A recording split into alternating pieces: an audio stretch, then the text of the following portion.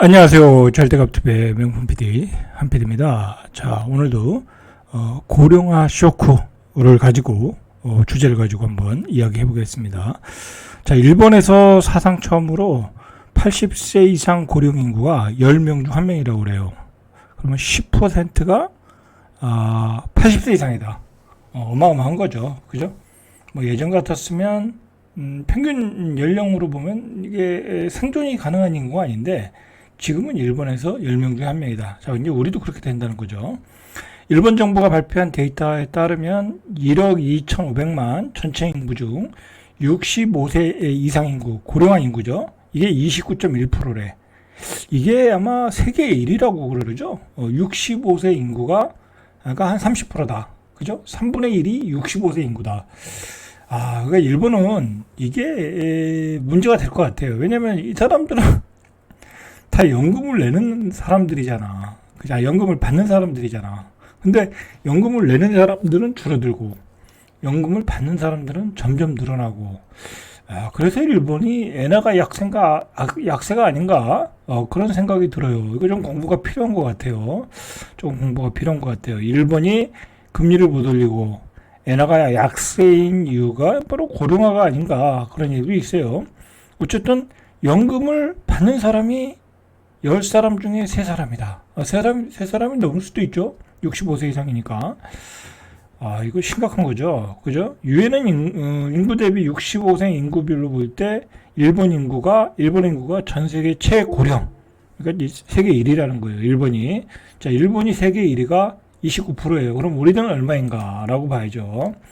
자, 이탈리아와 핀란드의 65세 이상 인구 비율은 24.5. 그러니까 이탈리아도 고령화가 됐어요. 여기도 엄청나게 돼서 세계 2위 정도는 되는 것 같아요.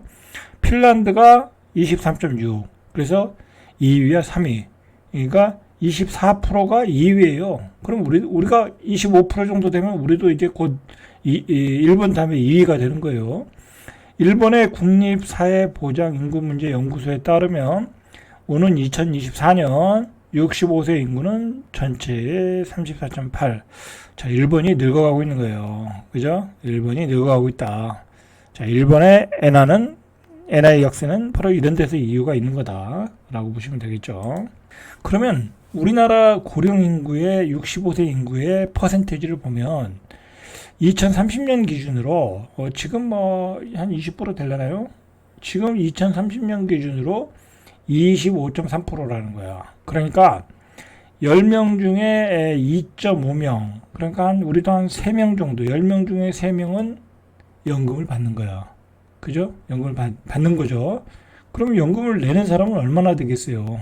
저출산 고령화로 확 줄겠죠. 그죠? 자, 어제도 얘기했듯이 저출산 고령화는 결국 내수 경기가 죽는다. 자, 일본도 그래서 결국은 잃어버린 30년이 온 거예요. 그죠? 우리도 잃어버린 30년으로 갈 가능성이 있는 거예요. 충분히. 지금 인구 구조로 보면 뭐 아니다라고 하는데 내수가 죽잖아요. 뭐 내수가 죽으면 GDP는 죽는 거죠. 그죠? 뭐 GDP 2% 이하 1점대면은 잃어버린 30년이 경기 침체가 되는 거죠. 그죠? 여러분들 이게 주식시장에서 요즘 나타나고 있어요. 국민연금이 계속 발표하잖아요. 국내 주식을 축소하겠다. 말로는 너무 많이 사가지고 줄여야 된다라고 하는데 속사정은 이거예요. 국내 주식도 저성장, 그죠? 저성장에 빠질 우려가 있으니까 국민연금도 주식을 줄여나갈 수밖에 없죠. 국민연금이 가진 주식이 어마어마한데 이거 한번 제가 나중에 주식시장의 그 국민연금이 1년 동안 판 주식들 한번 데이터를 뽑아가지고 한번 프로그램을 제작해 볼게요. 실제로 아마 국민연금이 지금 내수 관련 주식들을 계속해서 팔고 있어요. 그러니까 요즘 우리나라 내수 관련 주식들 있죠? 뭐 카카오, 뭐 네이버, 뭐 그다음에 이마트, 뭐 SBS, 뭐 그런 주식들이 완전 신저가야. 뭐 속된 말로 그 회사의 부동산 가치보다 더 떨어졌어. 그 이유가 바로 국민연금이 계속 팔아서 그래요. 국민연금은 왜 팔까요? 저출산 고령화를 이 사람들이 누구보다도 잘 알고 있으니까. 그죠? 그리고 그뿐만 아니라 이 국민연금은 수출주도 팔고 있어요. 수출주도 경쟁력 없는 것들이 있잖아요. 그죠? 다 팔고 있다. 우리가 국민연금의 주식 매도 상황을 좀 심도 있게 파악할 필요가 있을 것 같아요. 대한민국의 대표 연금이 이렇게 하고 있는데 우리라고 대비 안 하면 안 되겠죠. 그죠? 자, 인구 구조를 한번 보세요. 저출산 고령화 여파가 국민연금 수급 구조에도 충격을 준다. 그러면 뭐 국민연금 개혁하자고 그러는데 여야가 합의를 못 보고 있죠. 그죠? 자, 지난해 국민연금 가입자는 2238만 명으로 2022년 2250만 명에서 12만 명 줄었다. 이제 매년 확 줄어드는 거예요. 돈 낼 사람이 줄어드는 거예요. 돈 낼 사람들이. 외환위기 후에 2000년 대비 그때는 이제 6만 명 정도 감소했다고 그래요. 이때는 외환위기가 있었으니까 돈을 못 내는 사람들이 있었던 거야. 코로나 사태가 한참이던 2022년 12만 명 감소에 버금가는 감소폭이다 라는 거죠. 지금 자연적인 인구 감소에 의해서 고령화에 의해서 12만 명이 줄었다 라는 거죠. 그러니까 국민연금은 잘 알고 있는 거죠. 아, 이거 심각하구나. 자, 연금 낼 사람은 감소하고 있다. 매년 빠르게 늘어온 가입자 수가 둔화하기 시작한 것은 2010년대 중반이다. 여러분들, 이 고령화 문제는요, 여러분들 이 주제별로 심도 있게 좀 파악을 하셔야 돼. 대비하셔야 돼. 이거 잘, 뭐랄까, 뭐 아주 심도 있는 기사들이 별로 없더라고요. 그냥 닥치고 보자는 거예요. 닥치고 보자. 근데 여러분들 대비 안 하면 여러분들 부동산 가치도 엄청나게 떨어질 것이고 부동산 매도 타임도 놓칠 수 있고 그리고 여러분들이 하는 사업도 안 될 가능성이 많아. 아, 그렇잖아요. 내수 경기가 안 좋은데 뭐가 되겠어요? 여러분들 뭐 수출하는 사업을 하시는 분들이 얼마나 되겠어요? 그죠? 내수 경기 때문에 다 작살날 수 있어요. 특히 자영업자들 어떤 산업 구조의 변화가 필요한 거예요. 그죠? 그런 점에서 제 유튜브에서 앞으로도 데이터가 모아지는 대로 계속해서 방송해 드릴 테니까 많이 보시고 본인들도 참고하셔가지고 대비를 하셨으면 좋겠어요. 자, 연간 출생아가 90만 명 이상이던 베이비붐 세대의 은퇴가 본격적으로 시작됐다. 자, 1955년에서 1974년생의 은퇴가 이제 시작됐죠. 그죠? 1기 베이비붐 세대는 이미 은퇴하기 했고 2기는 이제 본격적으로 시작했고 제가 2기잖아요. 그럼 저도 이제 2년 후에 은퇴해야 돼요. 이제 연금을 안 내도 된다는 거죠. 그죠? 근데 연금 낼 사람이 없다는 거예요. 이 세대 사람들이 굉장히 많거든요. 그럼 저도 60 이후부터는 돈을 안 내도 돼요. 65세부터 받는 거잖아요. 자, 그래서 매년 30만에서 50만 명꼴로 늘던 국민연금 가입자는 2017년 전년 대비 1만 명 줄었다. 그러니까 늘다가 2017년을 기준으로 이제 10,000명씩 줄어드는 거야.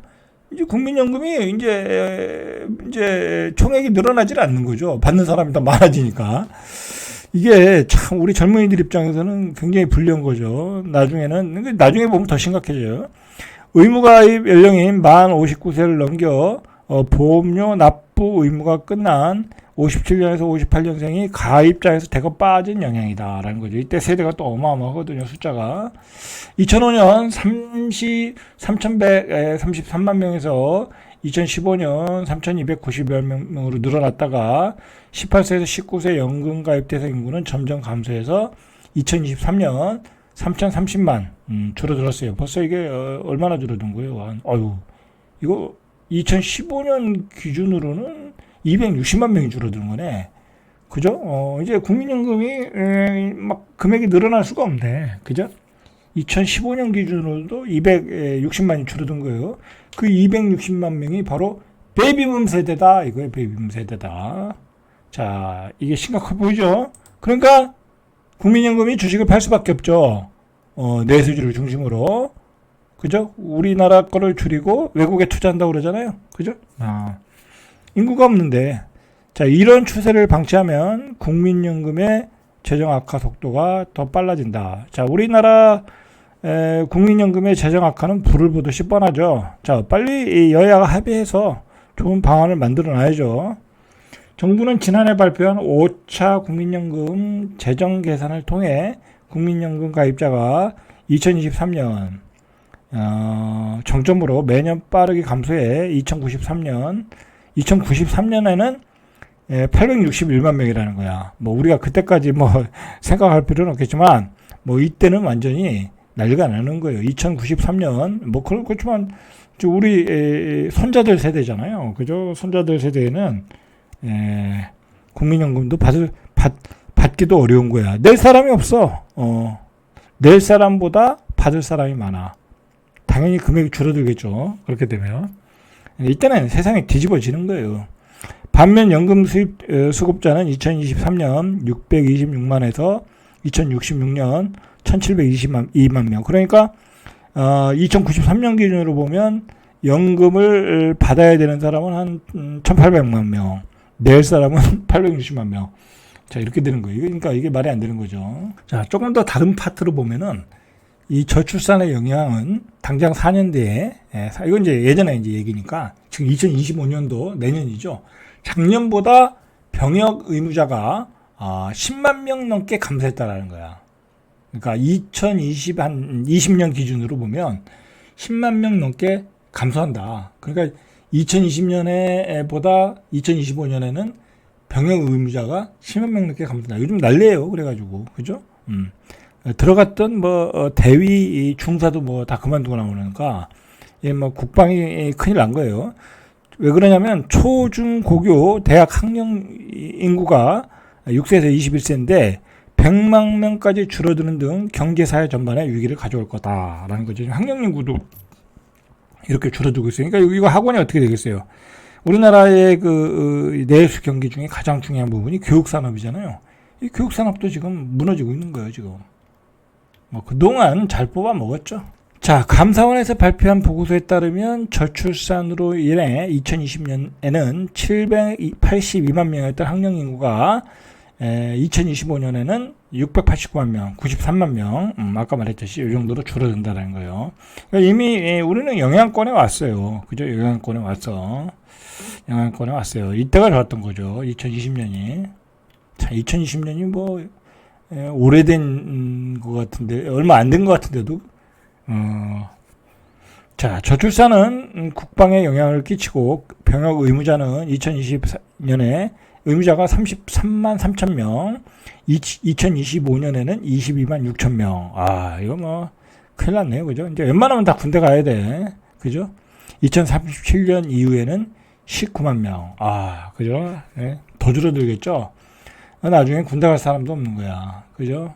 이렇게 대한민국이 어떤 커다란 지금 위기 속에 있는 거예요. 이걸 뭐 이런 문제는 얘기 안 하고 맨날 퍼주는 얘기만 하고, 그죠? 퍼주는 얘기만 하고 여야는 쌈박질만 하고, 그죠? 큰일 났어요. 정말 나라는 진짜 인구 소멸 때문에 무너지고 있는데 여야는 국회에서 맨날 쌈박질만 하고, 정말 이거 정말 이 국민이 심판을 어떻게 해야지 이거 뭐 정말 큰일 났어요.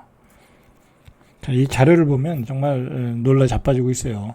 생산 연령 인구 중 경제 활동 인구가 25세에서 49세 비중이 2017년에 1950만 명, 51% 정도. 근데 2067년 이 사람들이 이제 이제 세금을 내는 사람들이잖아요. 2067년에는 46% 정도, 한 반토막 나네요. 그죠? 823만 명까지 감소한다. 큰일 났네요. 그죠? 큰일 났어요. 2067년까지 볼 건 없지만. 자, 이건 내일 얘기하려고 그랬는데, 지금 내수 경기가 안 좋다 보니까, 지금 지방은행의 부실이 엄청나다는 거야. 엄청나다. 왜냐면, 내수 경기가 안 좋다는 얘기는, 인구가 감소되는 곳, 당연히, 내수 경기 활성 안 되는 곳이 문제가 되겠죠? 그게 지방이잖아요. 인구도 계속 빠져나오고, 그나마 있는 인구도 빠져나오고, 그러면서, 자영업자들이 지방은행에서 대출을 많이 받았을 거 아니에요? 그죠? 그래서 지방은행의 부실이 좀 엄청나다라는 거예요. 그죠? 자, 이 이야기를 내일 하겠습니다. 자, 오늘 여기까지 이상 절대갑TV의 명품 PD, 한 PD였습니다.